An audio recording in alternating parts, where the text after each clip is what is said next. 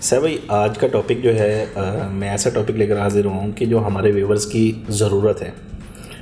बहरिया town Karachi के अंदर जब ये प्रोजेक्ट यहाँ पर स्टार्ट हुआ बहरिया टाउन कराची के नाम से, तो उस वक्त यहाँ पर बहरिया होम्स के नाम से और बहरिया अपार्टमेंट्स के नाम से यहाँ पर अपॉर्चुनिटी जो है वो अवेलेबल थी। अब वो गैप जो है यहाँ पर फिल हो गया। आपको पता है प्रेजेंट 2 में और 10A में, 11A में, इवन के 27, 31 के अंदर वहाँ पर भी जो है विला की अपॉर्चुनिटी जो है बड़ी मुश्किल से मिलती है। और इसके अलावा 2 बेड अपार्टमेंट्स हैं, 3 बेड अपार्टमेंट्स हैं प्रेजेंट 19 के, वहाँ पर भी जो है मतलब एम्प्टी जो है स्पेस बहुत कम मिलती है।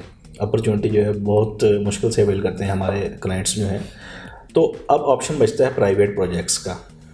प्राइवेट प्रोजेक्ट्स के हवाले से हमारे व्यूवर्स के तहफ़्फ़ुज़ात होते हैं कि प्राइवेट प्रोजेक्ट का इंतख़ाब करते वक्त हम कैसे प्रोजेक्ट का इंतख़ाब करें, चाहे वो अपार्टमेंट हो, चाहे वो कमर्शियल शॉप्स हों।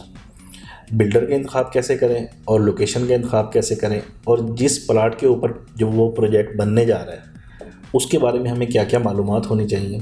तो इसके हवाले से आपकी कीमती आरा जो हैं वो हमारे क्लाइंट्स के लिए बेनिफिशियल होंगी। देखिए, ये आपने सही कहा कि जब कोई प्रोजेक्ट स्टार्ट होता है तो इनिशियली अवेलेबिलिटीज़ बहुत होती हैं। With the passage of time जो इन्वेंट्री है, जब वो एंड यूज़र को कन्वर्ट हो जाती हैं, डाइवर्ट हो जाती हैं या ट्रांसफ़र हो जाती है, तो फिर रीसेल बहुत कम रह जाती है। शुरू में रीसेल चीज़ें बहुत अवेलेबल। तो अब अल्हम्दुलिल्लाह बहरिया टाउन इस फेज़ में है कि यहाँ पे एंड यूज़र आ गए हैं, शिफ्ट हो गए हैं। जिन लोगों ने लॉन्ग टर्म अपनी प्रॉपर्टी को लेकर चलना, उनके हाथों प्रॉपर्टी ट्रांसफ़र हो चुकी है।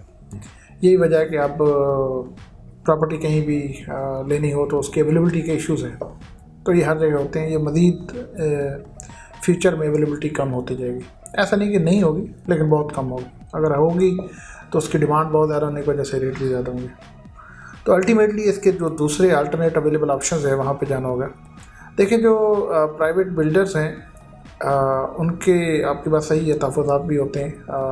बहरिया टाउन एक ब्रांड है, नाम है, इसके साथ इन्वेस्टमेंट करने में, चीज़ें करने में थोड़ा बंदे को इजी होता है, क्योंकि दूसरा नाम है तो उसके लिए थोड़ी सी स्ट्रगल करनी पड़ती है, होमवर्क करना पड़ता है। देखिए, जो बिल्डर के हवाले से ज़रूरत है किसी भी बंदे को इंस्पेक्शन करने की या उसको वेरीफाई करने की, देखें बहुत इजी है कि उस बिल्डर का मार्केट में कितने प्रोजेक्ट्स हुए हैं पहले, या जो प्रोजेक्ट्स किए हैं उनकी क्वालिटी क्या है, उनकी टाइमलाइन क्या थी, क्या कमिटमेंट थी और कब डिलीवर हुए।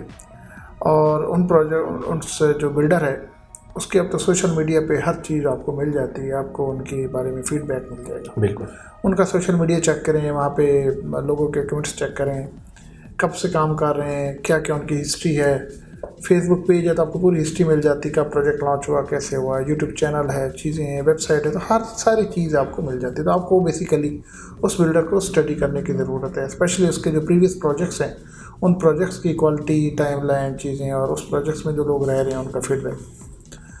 प्लॉट के हवाले से ये कि जो बिल्डर जिस प्लॉट के ऊपर प्रोजेक्ट कर रहा है उसके डॉक्यूमेंट्स आपको देखने होते हैं कि ये प्लॉट इस बिल्डर की ऑनरशिप में है या नहीं है।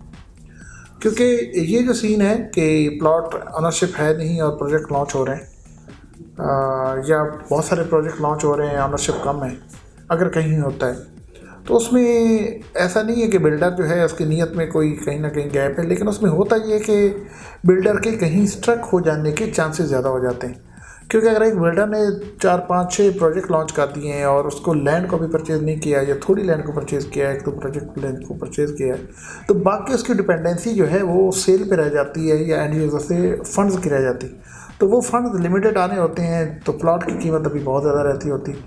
तो इस स्टेज में कहीं ना कहीं बंदा स्ट्रक हो जाता है। तो इस तरह के सिनेरियो में अपने आप को सेव करने के लिए, जब भी आप कोई प्रॉपर्टी परचेज़ करते हैं, अपार्टमेंट है, शॉप है, ऑफिस है, तो आप कोशिश करें कि उस बिल्डर की रेकी करें प्रॉपर।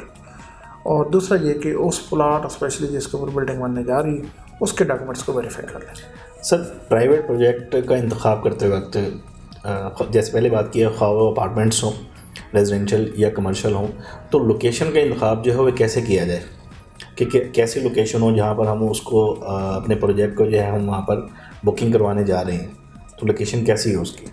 देखिए, जो 2-3 बेसिक चीज़ें हैं, एक तो एक्सेस इजी हो, अच्छी हो, दूसरी ये कि वहाँ पार्किंग का इशू ना हो, तीसरी ये है कि वहाँ पे जहाँ पे आपकी बिल्डिंग है, अपार्टमेंट, ऑफिस है, तो वहाँ से आपकी जो बेसिक कम्युनिटीज़ हैं अब बेसिक कम्युनिटीज़ और फैसिलिटीज़, फॉर एग्जांपल एक बंदा रेगुलर मस्जिद में जाके नमाज़ पढ़ना चाहता है, तो उसके लिए प्रायोरिटी ये होगी मेरी बिल्डिंग ऐसी हो कि अव्वल तो उसी बिल्डिंग में नमाज का प्रॉपर एहतमाम हो, या एटलीस्ट वो बिल्डिंग जो है मस्जिद के करीब तरीन हो।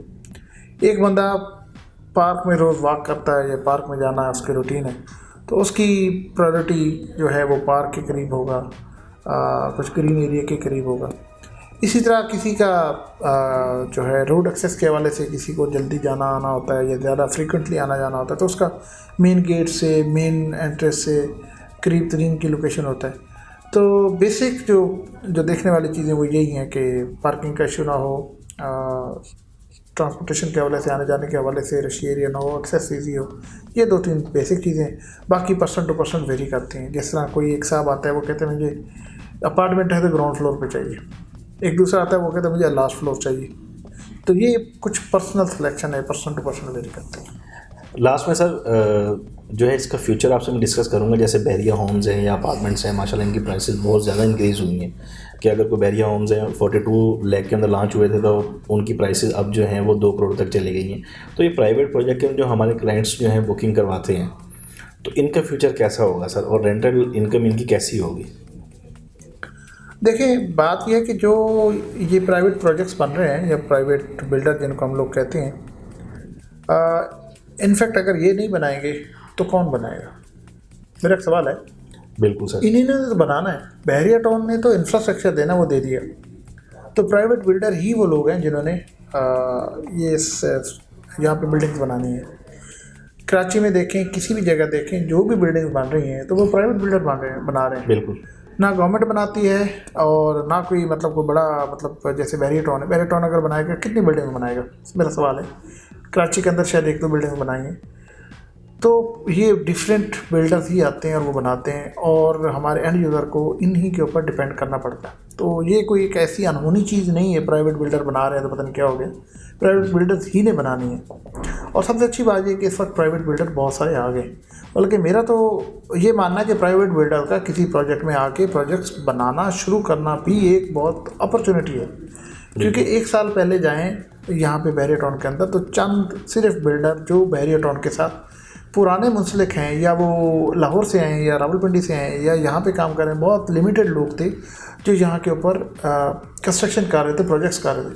आज गुड लक ये है कि और बहुत सारे जो कराची के और बाकी मुख्तलिफ एरियाज़ के स्ट्रॉन्ग बिल्डर हैं जिनका एक काफ़ी टाइम से इस पर काम कर रहे हैं और उनका एक नाम है, उनकी क्रेडिबिलिटी, वो अब आ गए हैं। तो उनका आ जाना भी इस प्रोजेक्ट के लिए और लोगों के लिए एक क्या कहते हैं कि गनीमत है, क्योंकि वो आएंगे तो प्रोजेक्ट्स बनेंगे, अपार्टमेंट्स बनेंगे, बिल्डिंग्स बनेगी और लोगों की रिक्वायरमेंट पूरी होगी। जैसे आपने कहा, रिक्वायरमेंट हर आए दिन मल्टीप्लाई हो रही है, तो इनका फीचर बिल्कुल उसी तरह है। जिस तरह विलाद बने, शुरू में सस्ते थे, with the passage of time उनकी रिक्वायरमेंट बढ़ी, डिमांड बढ़ी, यहाँ पे पॉपुलेशन बढ़ी तो उनकी प्राइसेस बढ़ी, तो डेफिनेटली इन प्रोजेक्ट्स के भी प्राइसेस बढ़ेंगी। एक फैक्टर तो रिक्वायरमेंट और अवेलेबिलिटी का है, और दूसरा फैक्टर नेचुरली जो इन्फ्लेशन है, चीज़ें हैं, उसकी वजह से भी यहाँ प्राइसेस बढ़ेगी और वो बढ़ भी रही है, हमें नज़र भी आ रही है। सर बहुत शुक्रिया। ये कुछ क्वेश्चन है हमारे व्यूवर्स के जो आपने उनको बहुत अच्छा गाइड किया। इंशाल्लाह नेक्स्ट टॉक के अंदर नए क्वेश्चंस के साथ हाजिर होऊंगा। इजाज़त दीजिए। अल्लाह हाफ़िज़। शुक्रिया जी, अल्लाह हाफ़िज़।